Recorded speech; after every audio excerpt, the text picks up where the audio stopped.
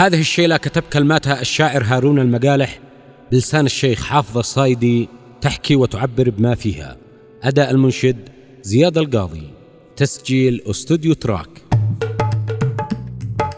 يقول أبو بشر سيد الرجال قد كان لي صاحب كمال أخ وأعظم، وكان له قيمة وله قدر علي، وإن كان دعاني قلت لبيه وانام.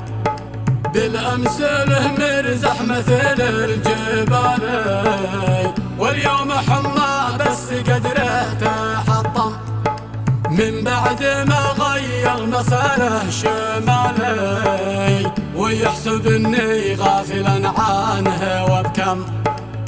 قد الطمع ضره والقم باحتيالي، مشى لحاله درب اسود ومظلم، والعيش والملح قد نسه والليالي، لاجل الطمع هو قد غدرني ولا اهتم. ما يوم قد فكرت او جا ببالي، لكن من افعاله انا بتعلم. اسمع وسجل لي بهذا المقالي، وحطها في اذنيك يا ذاك واعلم. المال عندي ما يساوي لعالي، خسرتني من اجل دولار ودرهم، واصبحت عندي ما تساوي ريالي. ما انا معول فيك والله ولا اهتم، حافظ رجل معروف بين الرجال، بانه اسد مغوار وللناس محزن.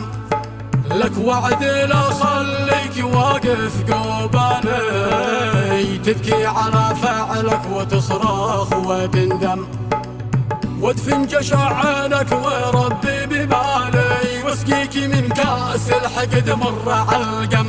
دامك نكرت العيش فاحمل لآلي، واصبر على ما جاك والبادي يظلم. ما يوم قد فكرت او جاء ببالي، لكن من افعاله انا بتعلم.